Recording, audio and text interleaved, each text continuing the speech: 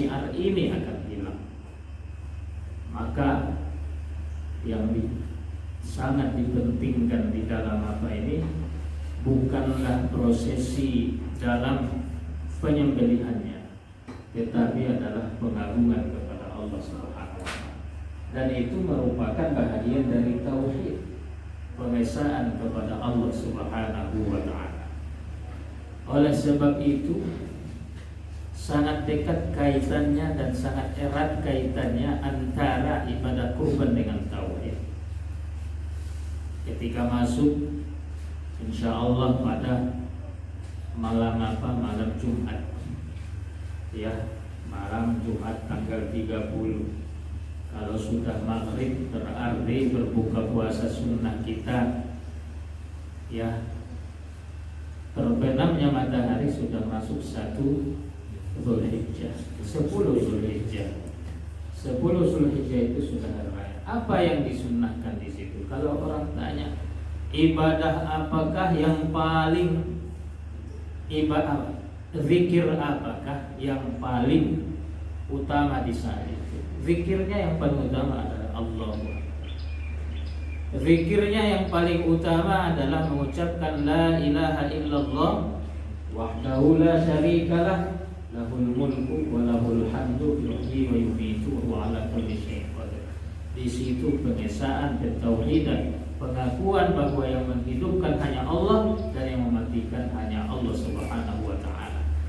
Dan itulah yang paling utama yang dikatakan para nabi-nabi sebelumnya, mulai dari Nabi Adam sampai Nabi kita Muhammad sallallahu alaihi wasallam. Dalam hadis sahih, afdalu ma qultu wan nabiyyuna min qabli la ilaha illallah. Seutama-utama yang aku katakan dan nabi-nabi sebelumku adalah la ilaha illallah. Maka di Arafah tanggal 9 Zulhijjah yang paling utama zikirnya adalah la ilaha illallah. Yang paling utama takbirnya adalah Allahu Akbar. Sampai 4 hari kita disunnahkan untuk mengucapkan Allahu Akbar, Allahu Akbar, Allahu Akbar, walillahil hamda, yaitu 10, 11, 12 dan 13. Itu merupakan penanaman akidah tauhid. Oleh sebab itu bapak-bapak, ibu-ibu, momentum daripada ataupun pembelajaran yang bisa kita ambil daripada syiar kurban ini, kita harus waspada, khawatir dan takut kepada jatuh kepada kemusyrikan sekecil apapun. Banyak. Boleh jadi orang berkurban ternyata tidak sah kurbannya. Bahkan seandainya diketahui mungkin ada yang tidak boleh dimakan sembelihannya. Saya mau katakan di dalam hadis sahih melalui lisan Nabi kita Muhammad sallallahu alaihi wasallam, riwayat Imam Ahmad dan lainnya, hadis ini sahih bersumber dari Thariq bin Syihab radhiyallahu taala anhu. Rasulullah sallallahu alaihi wasallam mengatakan, yadkhulur rajulu an-nara bi thubabin wa yadkhulul jannata wa yadkhulur rajulul jannata bi thubabin.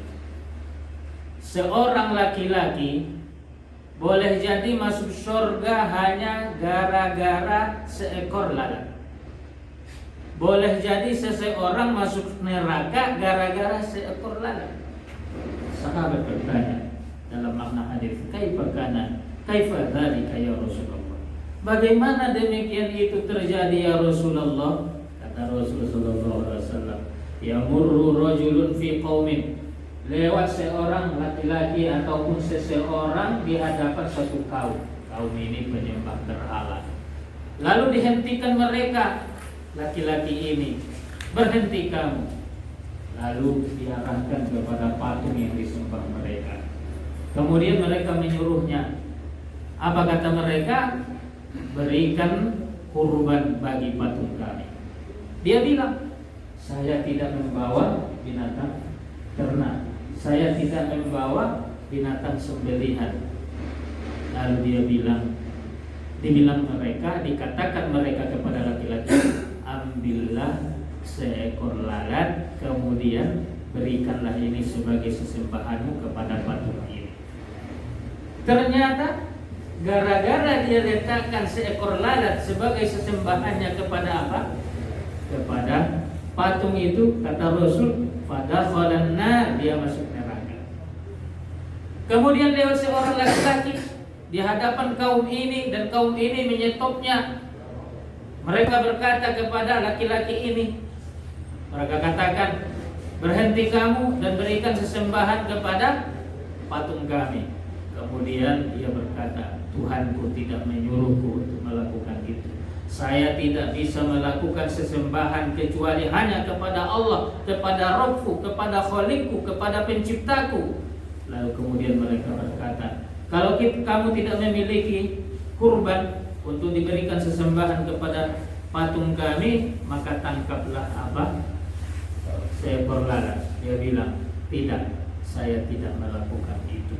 Akhirnya mereka memutuskan menghunus pedang mereka, lalu disembelihnya kepalanya, dipotongnya, terputus. Tapi kata Rasul, pada jannata, kemudian dia masuk surga. Ini sebenarnya luar biasa antara kemusyrikan dengan keimanan sangat tipis.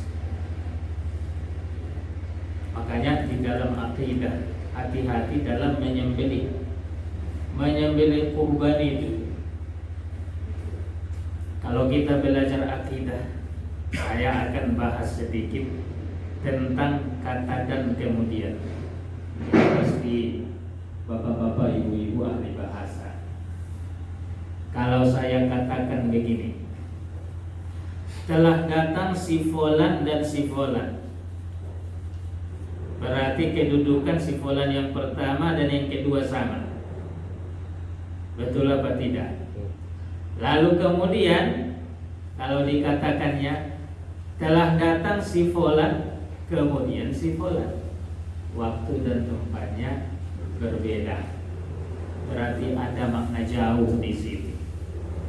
Maka waktu menyembelih pun hati-hati. Inilah yang dipelajari kaitannya dengan akidah tauhid. Kalau dia katakan misalkan begini, aku menyembelih kurban ini karena Allah, itu halal dimakan, asalkan syarat yang si penyembelih tentu sudah memenuhi syarat Islam, kan begitu.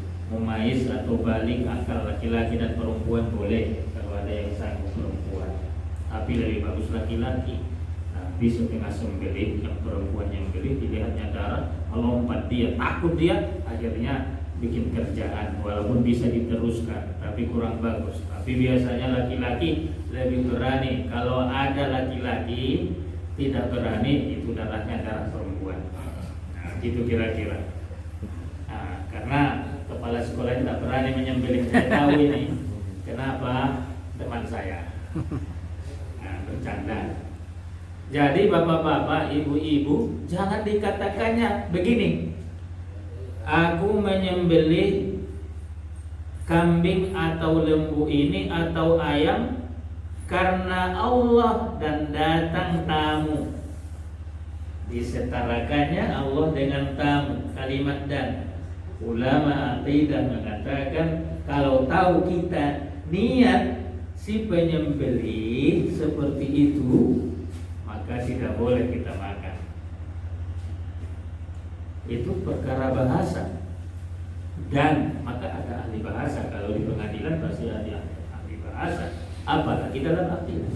Tapi kalau dia katakan begini, saya menyembelih kurban ini karena Allah, kemudian karena datang tamuku, ulama akidah tauhid mengatakan boleh, masih boleh dimakan. Walaupun sebagusnya tetap sudahlah saya menyembelih kurban karena Allah, selesai. Beda dengan kemudian. Apa dalilnya? Di dalam hadis datang seorang sahabat kepada Rasul. Rasul bertanya, bagaimana keadaan kalian? Dijawab oleh sahabat, alhamdulillah, masya Allah wa syi'ta, katanya. Masya Allah wa syi'ta, dengan sekehendak Allah dan sekehendakmu. Apa kata Rasul? La taqulu masya Allah wa syi'ta. Jangan katakan masya Allah dan sekehendakmu.